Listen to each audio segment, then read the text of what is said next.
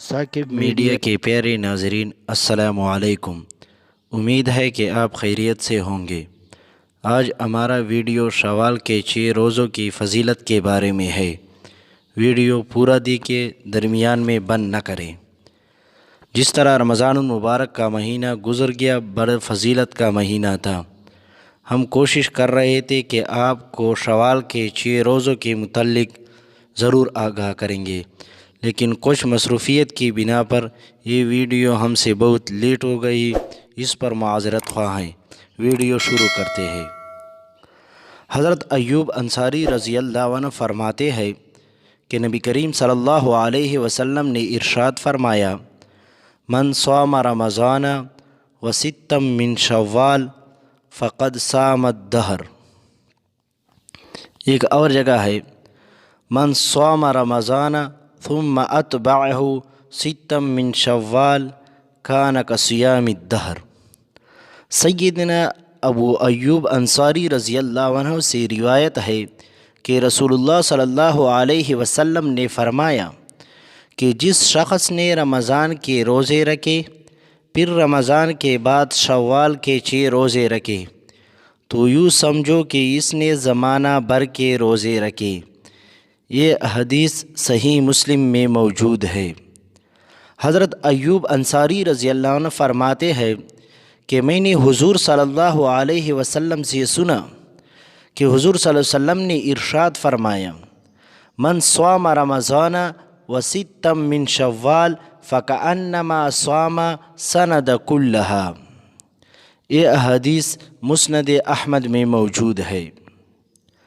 یہاں پر 3 باتیں ضرور سمجھیں۔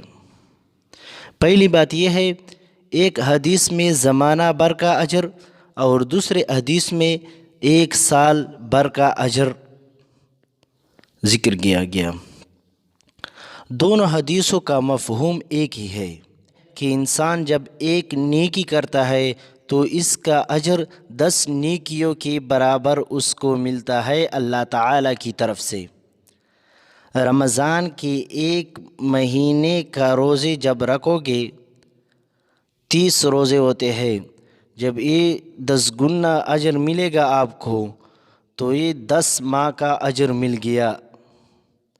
اور جب اس کے بعد شوال کے 6 روزے رکھو گے تو اس کا ثواب جب 10 گنا آپ کو ملے گا تو یہ 2 ماہ کے برابر ہوگا۔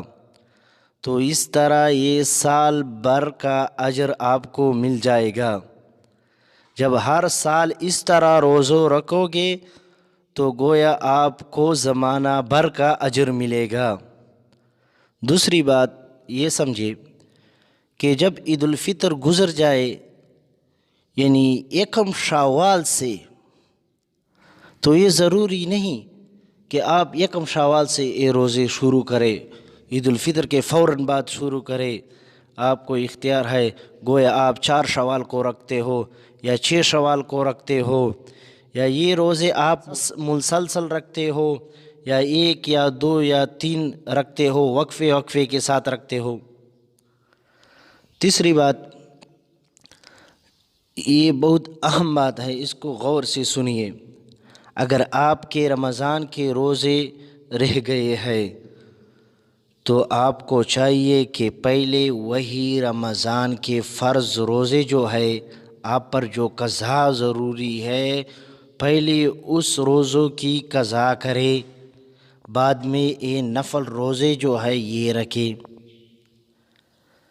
اللہ تعالی ہمیں فرائض، سنت اور نوافل پر عمل کرنے کی توفیق نصیب فرمائے۔